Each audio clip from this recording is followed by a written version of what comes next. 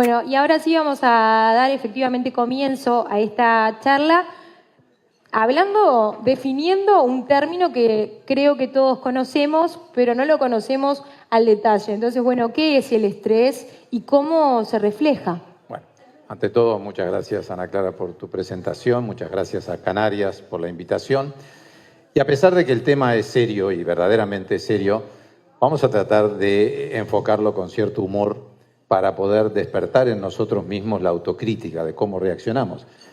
La palabra estrés es una palabra que proviene del idioma inglés y fue aplicada por primera vez al ser humano por un médico húngaro-canadiense que se llamaba Hans Selye en la década del 50. Este hombre había observado que los materiales como el vidrio sufrían algo así como un retorcimiento por la acción del calor. Entonces se dedicó a estudiar cómo los sucesos de la vida del ser humano, a los cuales nos enfrentamos diariamente, qué tipo de reacciones desencadenan en nuestro organismo, tanto en nuestro cuerpo físico como en nuestro cuerpo emocional. Entonces, para que nosotros nos ubiquemos en lo que significa el estrés es una reacción involuntaria de nuestro organismo. O sea, nuestro organismo reacciona automáticamente frente a distintos episodios y se divide en tres etapas fundamentales. Una que es la reacción de alarma. Pongamos un ejemplo. Vamos a cruzar una avenida, viene un camión a alta velocidad, nosotros pensamos que posiblemente pueda pisarnos, damos un paso atrás, pero en ese acto se generan una serie de movimientos internos, de reacciones internas, por ejemplo, como un aumento de la presión arterial, un aumento de la cantidad de latidos cardíacos, una sensación de frío, ¿verdad? De sudoración y frío a la vez, que es una reacción, se llama vasovagal, que nuestro organismo es frente a situaciones de alto impacto. Hay un aumento de la cantidad de ácido clorhídrico en la sangre, a nivel de las paredes del estómago, lo cual, ahora vamos a ver, en la medida que eso se sostenga durante mucho tiempo, termina provocando obviamente una gastritis y posteriormente una úlcera.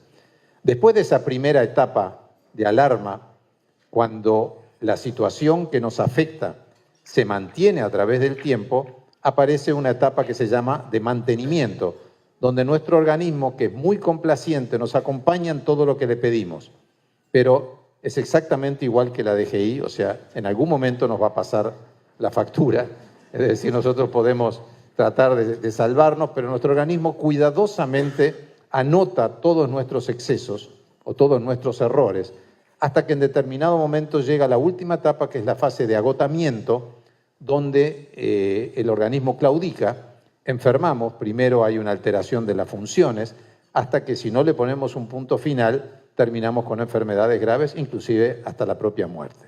Ahora, esto es una descripción, yo diría casi académica, de cómo se da el estrés. ¿Cuál es el ejemplo práctico? ¿Verdad? O sea, veamos una persona que vive estresada, para decir, ¿cómo es la definición de una persona estresada? Una persona, por ejemplo, que tiene problemas en su casa, que tiene problemas laborales, que se enfrenta, por ejemplo, 3, 4, 5 veces por día a discusiones importantes.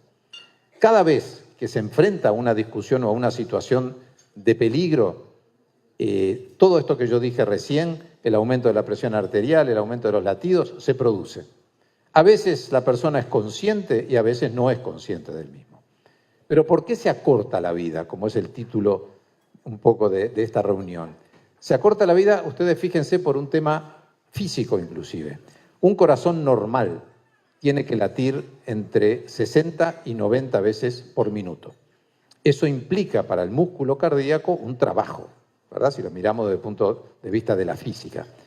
Si ese corazón late como consecuencia de la situación a la que se enfrenta 120 veces por minuto, no nos va a costar mucho entender por qué cuando eso se sostiene a través del tiempo, ese corazón que debería vivir quizás 90 o 100 años, termina viviendo 70, 75. Lo hemos gastado a través de ese tiempo. ¿Qué significa esto? Ahora vamos a una definición. Hay una multiplicidad enorme de definiciones, pero a mí la que más me gustó es que el estrés es la percepción que tiene el ser humano del mundo que le rodea. Y a ver, a pesar de que no hay demasiados hombres hoy, pongamos un ejemplo futbolístico. Yo voy al estadio, por ejemplo, con mis hijos, iba, ¿no?, cuando ellos eran chicos, porque ahora no se puede ir, y supongamos que en el área de uno de los cuadros, supongamos que estamos en un clásico, en un partido de cierta trascendencia, hay una jugada dudosa. El juez cobra penal, ¿verdad? Y entonces los espectadores reaccionan de una manera absolutamente diferente. Mientras uno le recuerda el árbol genealógico al juez, ¿verdad?, desde sus ancestros se acuerda más de alejados, toda la familia. Claro, hasta el presente, otros siguen, como era mi caso, es decir, obviamente que tengo mi corazoncito con ciertos colores. ¿Qué colores? Porque eso cambia. Amarillo y negro, estamos cumpliendo 126 años. Gracias. Es decir, obviamente, si era en contra de mi cuadro, obviamente no me va a gustar, pero no me desencadena una reacción de violencia que no solamente se exterioriza a través de un acto de violencia, sino también internamente, por todos estos mecanismos que se vienen arrastrando desde el hombre primitivo. Porque el hombre primitivo se enfrentaba, por ejemplo, en su lucha por la supervivencia y por alimentarse con los animales prehistóricos. Y ahí tenía dos posibilidades, o mataba o huía. Vaya si hoy en día a veces no tenemos ganas de matar a alguien, pero no podemos, ¿verdad? O sea, socialmente no es aceptado, por lo tanto, ¿qué es lo que pasa? Vamos escapando de las situaciones y vamos escapando de nosotros mismos. Y sin darnos cuenta nos estamos haciendo un daño profundo, porque no es que resolvimos el tema, no es que resolvimos el problema en su totalidad, sino que lo tapamos. Escapamos porque tenemos que reprimir nuestros sentimientos y eso termina haciéndonos muchísimo daño. Miren, yo les voy a contar una anécdota de hace muchísimos años para que ustedes tengan una noción de cómo se viene dando esta situación del estrés en la vida contemporánea. Cuando yo me recibí allá por el año 1975, mi primer consultorio, o mi segundo consultorio, estaba en la Galería de London, en el primer piso. Y un día que yo estaba en mi consulta, viene una chica de una de las boutiques de la galería, totalmente desesperada, pidiendo por favor un médico, que había una chica que había dado un ataque, no sabía definir muy bien lo que era. Entonces, bueno, como el único que estaba en el consultorio era yo, bajé y había una chica acostada en el piso en una típica crisis, lo que llamamos habitualmente crisis de nervios. Entonces, claro, a ver, no importa que haya un médico, lo que importa es tratar de darle algo. Entonces, claro, había un montón de gente de todos los negocios de la galería presenciando el cuadro, ¿no? Entonces yo dije, bueno, ¿hay alguien que pueda tener una pastilla de Valium o de Librium? En el término de 3 minutos había 25 frascos arriba del mostrador.